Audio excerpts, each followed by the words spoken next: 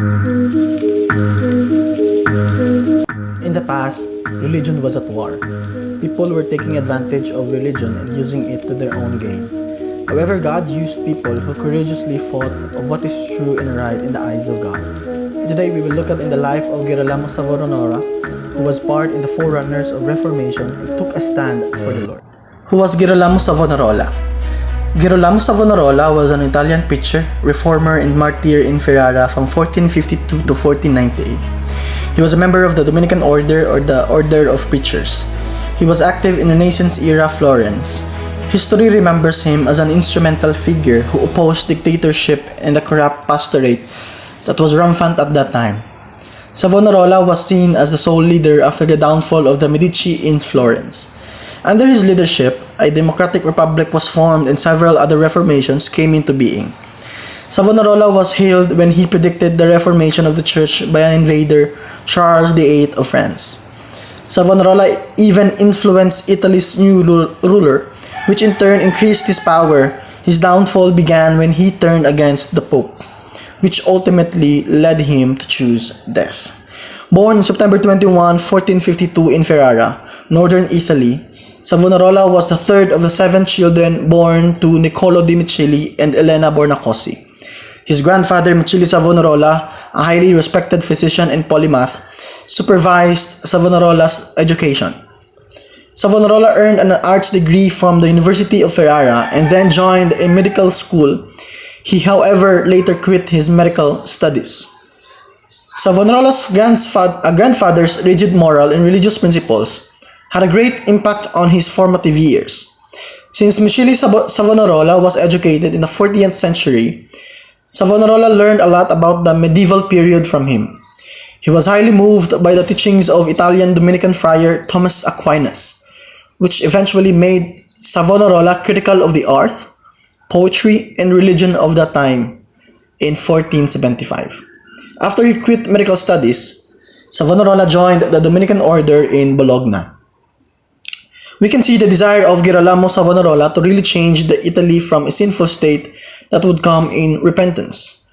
On April 25, 1475, Savonarola traveled to Bologna to be admitted to the convent of San Domenico, of the order of friars preachers. In a letter to his father, he had mentioned his wish to become a knight of Christ.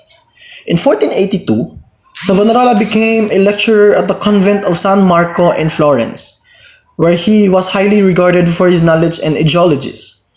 However, his preaching was not altogether successful in the subsequent years. While preaching in San Gimignano in Lent, he proposed, the church needed reforming. It would be scourged and then renewed.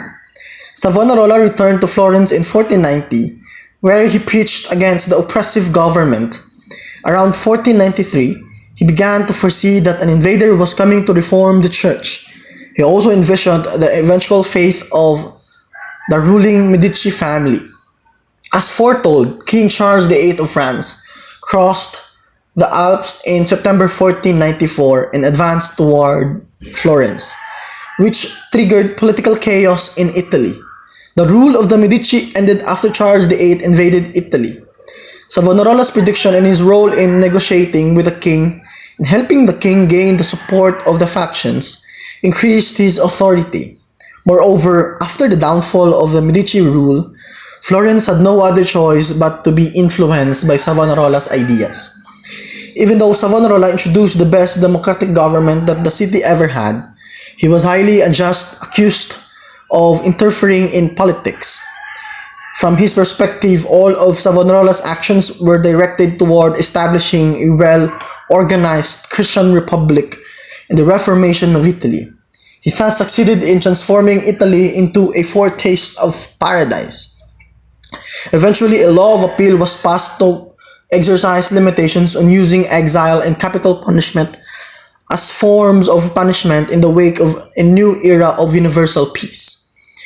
As Savonarola had declared on January 13, 1495, he preached in the cathedral where he discussed his prophecies about the end of the Medici era.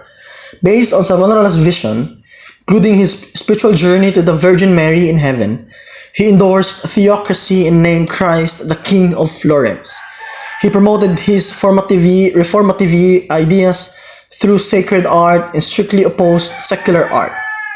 He devised new laws against sodomy, adultery, and moral misdemeanors, while his lieutenant Fra Silvestro Morofi conducted patrolling to curtail immodest practices. One notable contribution of Girolamo was the bonfire of the vanities, that made him become part of the Reformation forerunners when he declared to the people in France and in Florence to burn all the luxurious things, poetry, nude pictures, and anything that were related to their sin. As Savonarola's authority was at its peak, Pope Alexander VI tried to gain his confidence by presenting him a cardinal's hat.